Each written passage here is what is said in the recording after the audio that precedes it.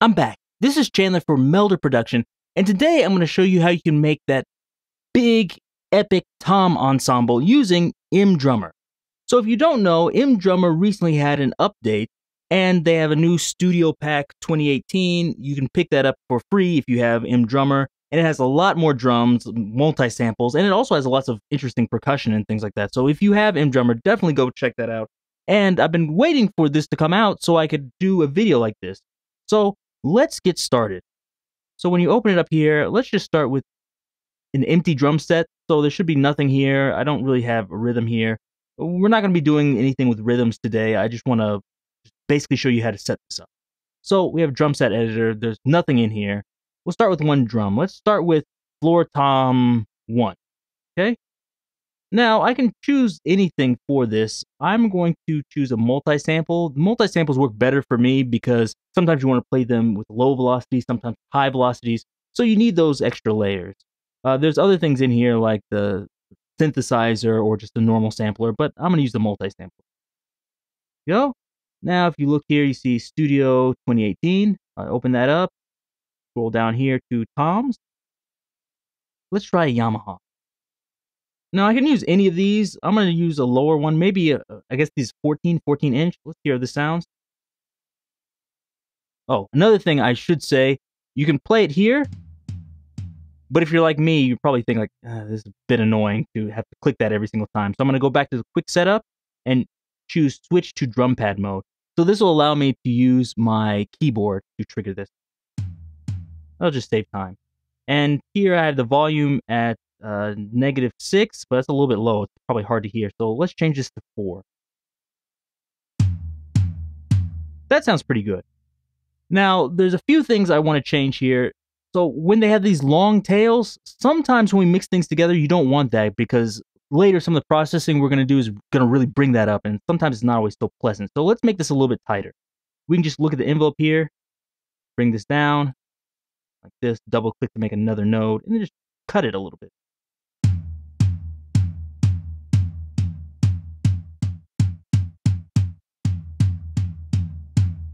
That seems pretty good. So, that's pretty good. And we're going to do some layering.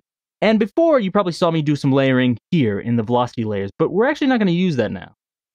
Close this up. Another thing I want to do is set the panorama at 0.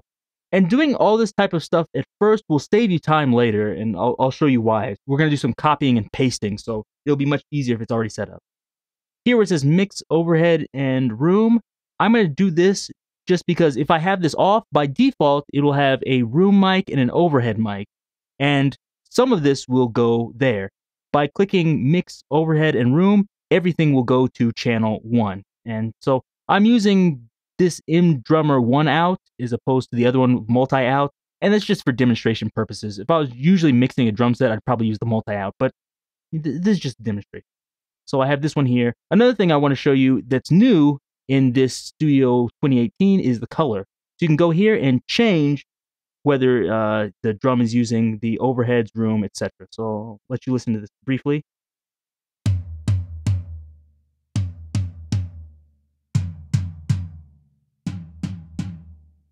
I think I like this one about here. That sounds good to me. So I'm going to take that and let's move on.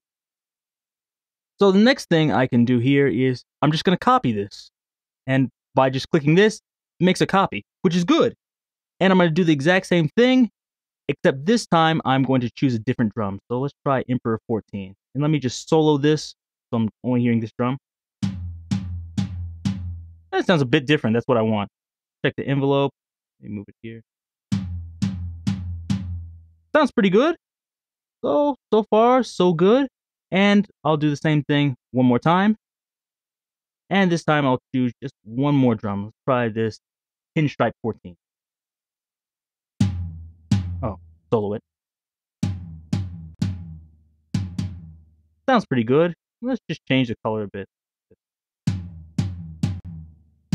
So I don't want these all sounding the same. They're supposed to be different drums. Now, unsolo it and I can play all of them together.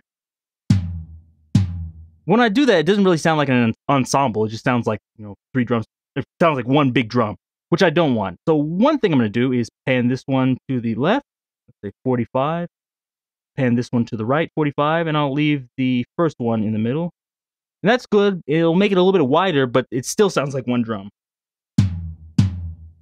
Now, probably thinking like, okay, how do I make it sound like, drum ensemble? And that's by using the delay. And so if I just delay this, let's say maybe 12 milliseconds, and this, let's say like 25 milliseconds, so 24. That's good. But the problem is, it's always going to have the same amount of delay, and that's not so good. I want to vary the delay. And I was thinking, like, how do you do this? Now, one thing you could try to modulate this, but there's no modulators in here. But there's actually another way to do this. So I'll go to Tom 1, which I have at 0 milliseconds. And now I'm going to use these velocity layers here. So I open this up, and I can do the same thing, just copy. And so now I have two of the same thing. And the only thing I'm going to do with this second copy is just change the milliseconds, just a little bit. Let's try 5 milliseconds. Then do another copy and do, let's say, 7.7 milliseconds. And then I'm going to change this mode to random, which means it's going to randomly play one of these layers. So sometimes it'll play this one with 0 millisecond delay. Another time it'll play with 5.5 millisecond delay. And the next time it'll play a 7.7 millisecond delay. So you don't know, it'll just move between these randomly. And I'm going to do this for the other two samples. So this one's 12, make this, say, 18, and maybe the next one, maybe 20. And here, 24, say 28, and let's say 30. There. And so if you feel like one of these is too loose, you might want to move the delay times down, but let's hear it.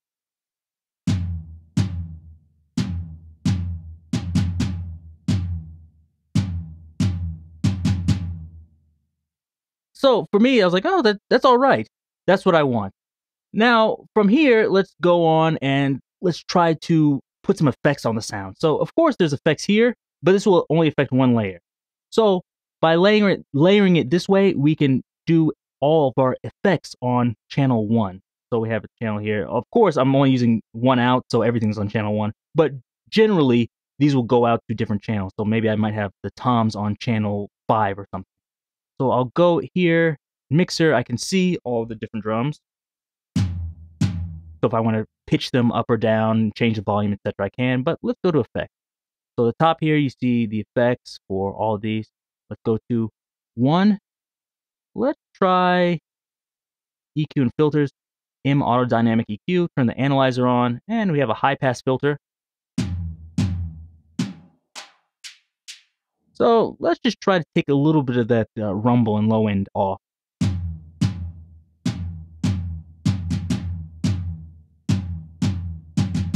That's pretty good. Now let's click the auto listen and listen to hear if we hear any like a boxiness or something else we want to take out.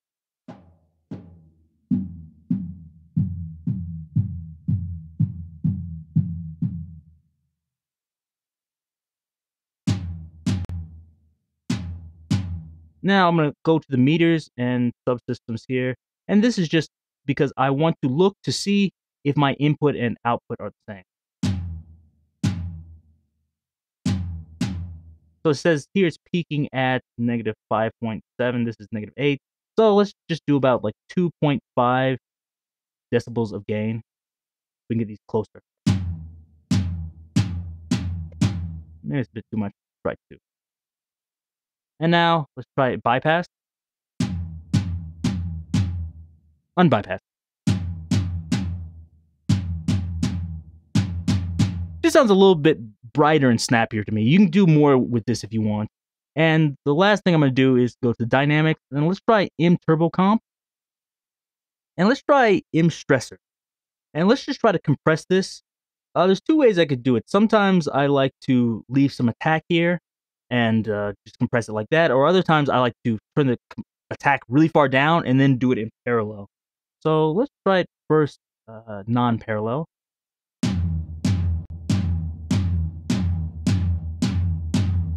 This sounds fairly snappy. Increase the release a bit. That's good. Now I'm going to turn the gain down so it's doing a little bit less, maybe about like 6 decibels or so.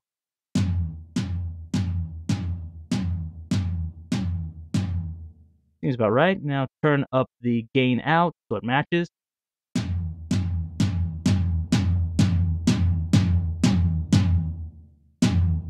Add a little bit more saturation.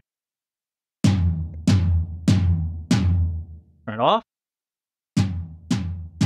On. Let's try turning both of these off.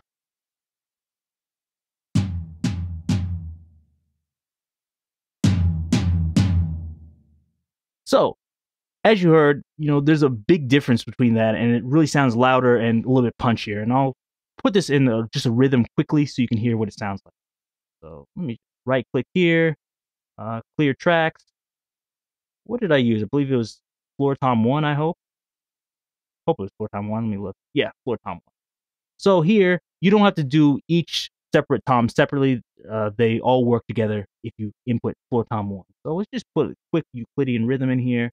1, 2, 3, 1, 2, 3, 1, 2, 3, 1, 2, 3. And here, I'll do something a little bit different. 1, 2, 3, 1, 2. Okay. And the last part, let's just put a quick little rising drum roll. So for this, I'll do that. Ooh. Because we have the multi-samples, we can do stuff like this, which is good. And another thing you might want to do here is highlight these, this, and then I can change the inaccuracy. So it's not exactly perfect every time, just a little bit, and the deflection. So the velocity isn't the same.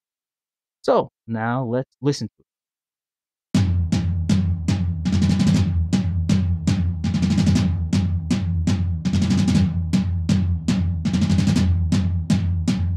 So there you go. That's it. If you think I want it a little bit looser, you can go into here and change some of the settings for the delay. Like, maybe change this to 35, 30, 25, 30. Change that twice. I didn't need to do that. And I can move this up a little bit too. So just by changing these things a little bit and making them a little bit longer, you get even looser sound if that's what you want.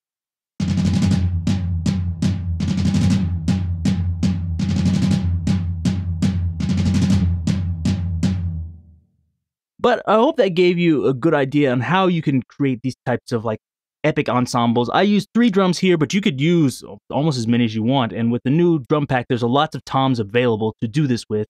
And you don't have to just do low drums like this. You could do higher drums, you could do bass drums, etc. Although I think the lower drum you have, the more problems you're going to have as far as low rumble and things like that. But give it a try. Do whatever you want. And feel free to layer other things in this way. There's all sorts of new and interesting things you can do with this. But if you enjoyed this, give me a thumbs up, leave a comment below, check out all the other plugins and instruments at melderproduction.com. And until next time,